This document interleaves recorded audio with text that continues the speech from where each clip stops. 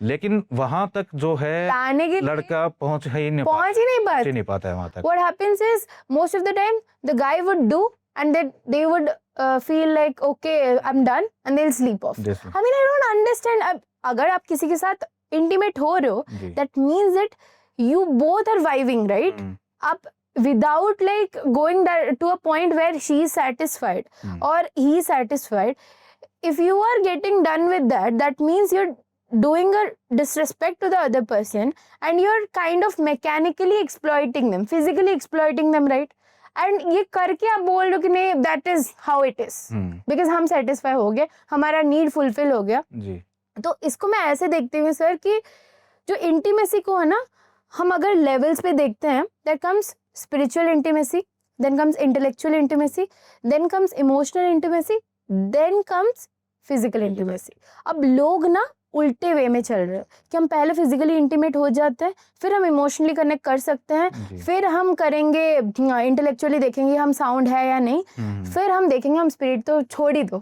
तो इसके वजह से व्हाट इज हैपनिंग इज अभी का कल्चर ऐसा हो गया कि people are not choosing a partner to be with और बी हैप्पी विथ, कि आपने जो बोला कि हम हैप्पीनेस एक साथ होके हैप्पी रहे या फिर ग्रोथ करे या फिर हम खुश रहे, they are not chasing happiness, they are very much condition कि हमें फिजिकल नीड्स है, तो जो नीड है वो डोपामिन हाई को हमें सेटिस्फाई करना है एंड उसको ना एक टैग दे रहे हैं लव का, बिकॉज वो खराब लगेगा ना बोलेंगे अगर कि हमें फिजिकल एक्सप्लॉयटेशन करना है या फिर इमोशनल एक्सप्लॉयटेशन करना है। इवन मैं बोल रही हूँ इमोशनल एक्सप्लॉयटेशन भी लोग करते हैं। मतलब अगर मैंने देखा कि आपका एक चीज है, एक इमोशन है आपके अंदर जो मेरे में नहीं है जी, तो मेरा सबकॉन्शियस माइंड ऐसे प्रोग्रामिंग करेगा, ऐसे प्लानिंग प्लॉटिंग करेगा, I will choose that kind of partners जिनके पास वो है, जिनके पास वो मेरे जो वुंड है वो मुझे वॉइड सेटिस्फाई करेंगे। आप भी वैसे कोई चीज करोगे जो मेरे को आप ये करोगे, तो वो क्या होगा, एक पॉइंट पे क्या होगा ना, आप साथ तो रह गए तो वो क्या कुछ ट्रेड्स आपके उनके में गए, आपके ट्रेड्स कुछ उनमें गए, एक पॉइंट पे वो बैलेंस हो गया। उसके बाद क्या फन है, मुझे बताइए क्या फन है, what is the reason that both will stay together. अभी के टाइम पे क्या हो रहा है देखिए, बहुत ही कॉमन हो गया है, तो राइट प्यार तो दूर की बात है, पहले फिजिकल इंटीमेसी सबसे प्रायोरिटी हो गई है। राइट लड़का लड़की यानी फर्स्ट मुलाकात में ही उनको पता एक दूसरे को ढंग से जानते नहीं है, कुछ नहीं है, लेकिन दे गेट इंटीमेट। सो और अगर फर्स्ट उनका एक्सपीरियंस अच्छा रहा तो ठीक है, जो आगे फॉरवर्ड करेंगे, नहीं तो वहीं पे रिलेशन भी खत्म करेंगे। I feel it is too much exploitive of their own energy. Why I would say, so being in this field like emotions and energy का field, I see कि ये sexual energy is nothing but आपका कुंडलिनी का energy है जो आप root level पे रहता है, तो आप एक लाइफ को जनरेट करता है। आप अगर आप क्रिएटिव फोर्स में यूज करते हो, अगर आप उसको ऊपर उठाते हो, वो आपका डिवाइन एनर्जी स्पिरिचुअल अवेकनिंग में हेल्प करता है। तो आयुर्वेद में ये मेंशन्ड है स्पेसिफिकली कि sexual energy and spiritual energy are two sides of the same coin.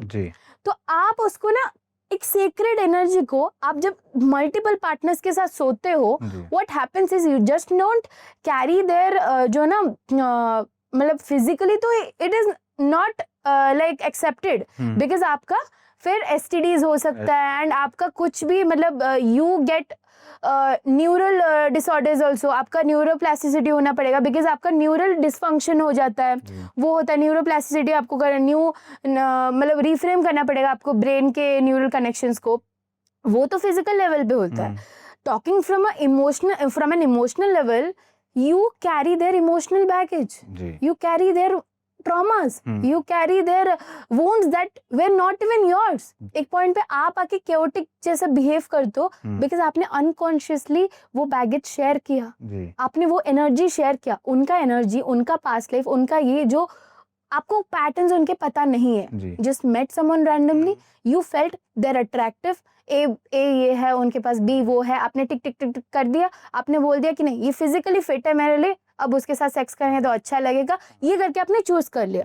But after that once you do that you would get into that trauma वाला thing, that guilt phase आ जाता है कि मैंने किया क्यों, ये तो मैं नहीं हूँ, आई डिसएसोशिएट। तो ये क्यों होता है? ये मैंने देखा है, सेम स्टोरी आपको बताता हूँ। ऐसे कुछ ऐसे बहुत सी लड़कियां जो है मुझसे क्लिनिक पे आके मिलती हैं इसी गिल्ट में। वो होती क्या है कि वो किसी ना किसी या तो डेस्परेट हो गए वो किसी से मिल लेती हैं, ठीक है, किसी उस लड़के के साथ बैठी, उनसे बात किया और बस कैसे भी वो इंटीमेट हो गई उनके साथ। राइट, लेकिन जब नेक्स्ट डे वो उठती हैं, ठीक है, जब दिमाग उनका होश में आता है, तो फिर वो गिल्ट में जीती हैं कि ये मैंने क्या कर दिया, क्या कर दिया, वो कौन लड़का था, मैं तो उसे जानती भी नहीं ढंग जानती से। भी नहीं।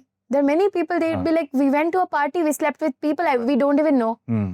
तो फिर उनको वो गिल्ट जो है उनको अंदर ही अंदर परेशान खाया जाता है उनको, साइकोलॉजिकल, फिर साइकोलॉजिकली वो परेशान होते हैं, फिर वो डिप्रेशन में जाते हैं कि ये मैं किस टाइप का इंसान बन गई हूँ, मैं खराब, मैं तो ऐसा नहीं था, ये कैसे हो गया, मैंने किसी के साथ ऐसे कैसे कर लिया, मैंने किसी के साथ बुरा कर दिया, एंड मेरे पेरेंट्स ने तो ये नहीं सिखाया था। तो वो चीज, as you mentioned very much rightly, sex is mental, not after physical, before physical, it is more of a mental process that happens.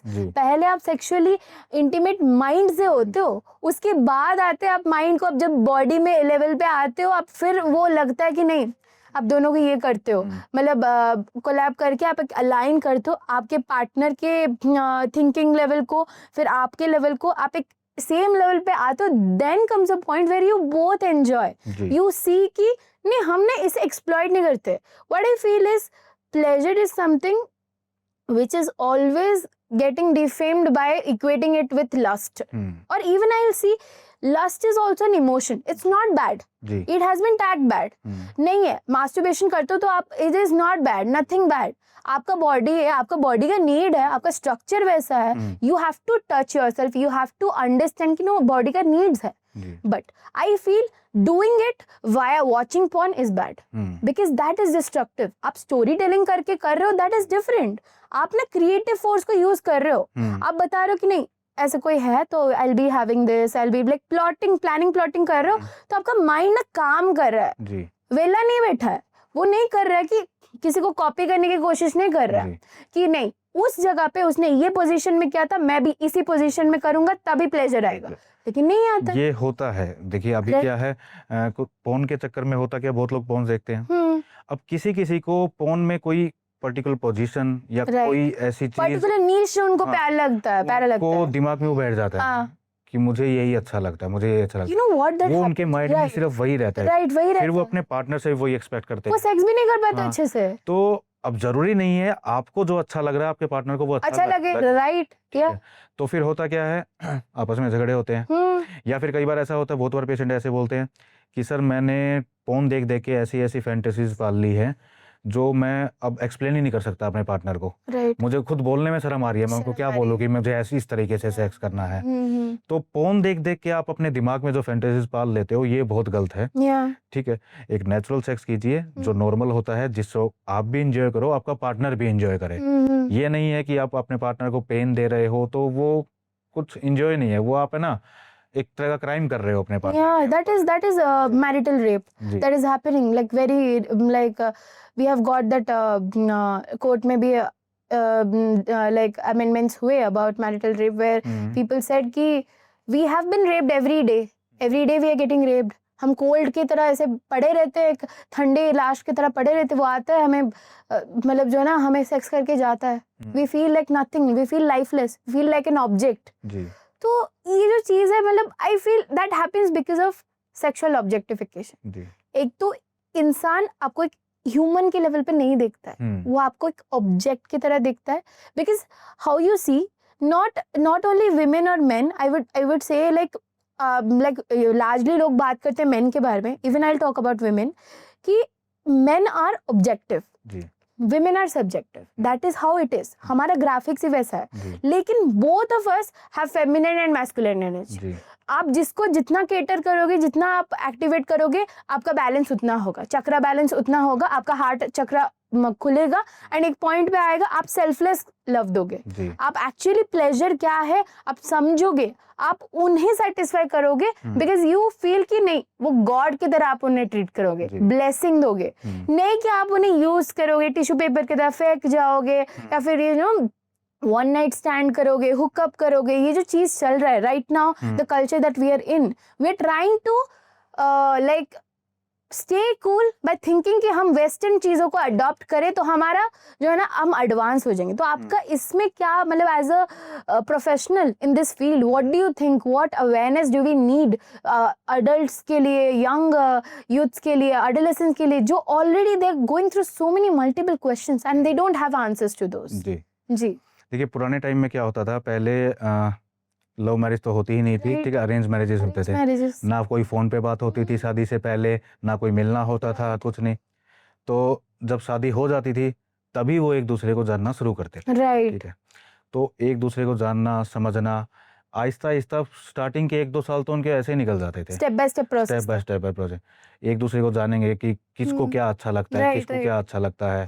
तो 1-2 साल तो ऐसे ही निकल जाते थे। They're not preconceived हाँ। कि ये इंसान ये है, जी and so they're coming with a blank mind कि हमें जानना है ये चीज था। बिल्कुल। राइट अभी क्या है, वो सारी चीजें पहले होने लगी है। शादी तो सबसे लास्ट थिंग हो गई है, लास्ट थिंग है। ठीक है। पहले ही मिलना है, पहले ही उन्हें सब कुछ करना है, और उसमें अगर उन्हें कोई कमी लगी किसी में, एक दूसरे में, marry they will not marry. अब फोन पे बातें करते हैं, अब साइकोलॉजी आप एक दूसरे की समझ जाते हो जब आप फोन पे बात करते हो, राइट ठीक है। अब बहुत से रिश्ते तो ऐसे टूटते देखे हैं कि सिर्फ फोन पे बात करते करते ही उनके रिश्ते टूट जाते हैं कि वो कुछ और बात करता है, ये कुछ उसकी और एक्सपेक्टेशन कुछ और होती है। जी राइट एक्सपेक्टेशन स्टार्टिंग में ही उनकी क्लैश हो जाती क्लैश हो जाती clash है। होती है, जिसकी वजह से वो रिश्ता ही फिर आगे नहीं बढ़ राइट पाता है। राइट तो सबसे पहले तो ये वैसे अच्छी बात है, देखिए शादी से पहले अगर आप एक दूसरे को अच्छे से जान लेते हैं तो ठीक है, कोई बुराई नहीं है इसमें, लेकिन टाइम देना चाहिए, एक दूसरे को अच्छे से समझना चाहिए। अब बहुत बार ये होता है कि घर वाले शादी के पीछे पड़ जाते हैं कि जल्दी जल्दी शादी करनी है, भाई रिश्ता हो गया, अब 6 महीने के अंदर अंदर शादी करनी है। 6 महीने में आप किसी इंसान को ढंग से नहीं समझ सकते। वही तो। पहले 6 महीने आप झूठा बन के भी रह सकते हो सामने वाले Yeah, you will be masked. You will be just wearing different masks. वो भी लड़की मास्क पहनेंगे, आप भी mask पहनोगे because you're not comfortable to speak out. You need some time. Yeah. 6 महीने में आप किसी इंसान को नहीं समझ सकते। नहीं समझ सकते हैं। एटलीस्ट आपको 2 साल तो 2 देने साल तो चाहिए चाहिए। आपको। तब एक दूसरे की जो है सच्चाइयां सामने आती है, You'll be see real face सामने आता है। compatible होए भी या नहीं। जी Like it's not about and the way you mentioned ना, अभी कल्चर ऐसा वे में जा रहा है, the concept of marriage is declining. जी अब लोग मैरिज करने के पसंद ही नहीं कर रहे नहीं हैं, करते। पसंद ही नहीं करते हैं। इतना फियर फैल गया है आज के टाइम पे यंग जनरेशन में, स्पेशली लड़कों में तो, कि बहुत से लड़के ऐसे कहते हैं सर हम तो शादी करेंगे ही नहीं, हमने तो इतना आसपास का हाल देख लिया, माहौल देख लिया, यार दोस्तों के डाइवोर्स होते देख लिए, अब हमारा डर लगता है हमें शादी से, हमें करनी डाउरी ही नहीं है केस में शादी। फंसा दे रही है, मार दे रही है, कट कर दे रही चीजें हो रही है है। बॉडी पार्ट्स, ये वो तो My एक God. डर फैल गया है, डर बहुत फैल ज्यादा। गया है। अब फीमेल्स में क्या है, देखिए अब पढ़ा लिखा जमाना हो गया, हाँ पुराने जमाने की तरह नहीं है। नहीं है। पहले क्या था, औरतें पढ़ी लिखी नहीं होती Right. थी, ठीक है, उनको They were- नॉलेज ही नहीं होती थी knowledge कि ही नहीं। ऑर्गेज्म क्या होता है। एग्जैक्टली तो बहुत सी फीमेल्स तो ऐसी होंगी जिनकी पूरी लाइफ निकल गई होंगी, लेकिन उनको कभी ऑर्गेज्म, ऑर्गेज्म हुआ ही नहीं। राइट लेकिन आज के टाइम पे सब पढ़ी लिखी जनरेशन है, हर लड़की को पता है सेक्स क्या होता है, ऑर्गेज्म क्या है, सेटिस्फेक्शन क्या है। तो अब लड़की जो है सहन नहीं कर सकती उस चीज को। पहले तो सहन कर लेते क्योंकि पता ही नहीं था, पता ही नहीं, लेकिन अब चीजें पता है। अगर आपका पार्टनर आपको सेटिस्फाई नहीं कर पा रहा है, there is no point to live to it. No point, तो लड़की भी अपना स्टैंड लेती है। स्टैंड लेती है, बिल्कुल। मतलब एक we are heading towards a community where we are breaking patriarchal society. जी कि आप जो थे कि मतलब पैट्रिकल रूल चल रहा था कि लड़का ही सब कुछ है, अभी लड़की वो तो काम कर रही है, वो तो पैसा अर्न कर रही है, वो बच्चे को भी संभाले, she is complete in herself. What is the need that she needs a man? Obviously she doesn't need a man, she doesn't want a man, she chooses a man. अभी वो कॉन्सेप्ट पे हम आ गए, तो वो चॉइस करेगा, वो क्यों व्हाई शुड अ वुमन और why should a man choose a partner? According to you, what should be the few points, let's say 5 points that they should see in a partner and they should choose a partner? देखिए, सबसे पहले तो अगर आप किसी partner को choose करना चाहते हैं तो हर इंसान को पता होता है कि उसे कैसा इंसान चाहिए, Right. उसे कैसा पार्टनर चाहिए, ठीक है। तो सबसे पहले तो दिखने में फिजिकल जो अट्रैक्शन होता है कि आपका पार्टनर दिखने में अच्छा होना चाहिए। हर कोई चाहता है कि मेरा पार्टनर दिखने में सुंदर हो। लड़की चाहती है मेरा हस्बैंड स्मार्ट हो, हैंडसम हो। लड़का चाहता है मेरी वाइफ सुंदर हो दिखने में, फिगर अच्छा हो, पतली हो या हाइट हो, हर किसी की जो है अलग थिंकिंग होती है। तो फिजिकली तो ठीक है, वो तो एक फर्स्ट वो हो गया। सेकेंडरी, अब आपका मेंटली कनेक्शन उसके साथ कैसा बैठ रहा है। हम्म, अब आप एक दूसरे के साथ बैठ के बातें कर रहे हैं, राइट। अब आप एक्सप्लेन कीजिए अपने आप को स्टार्टिंग में, आप कैसे हैं, सामने वाले का एक दूसरे को जानने की कोशिश कीजिए।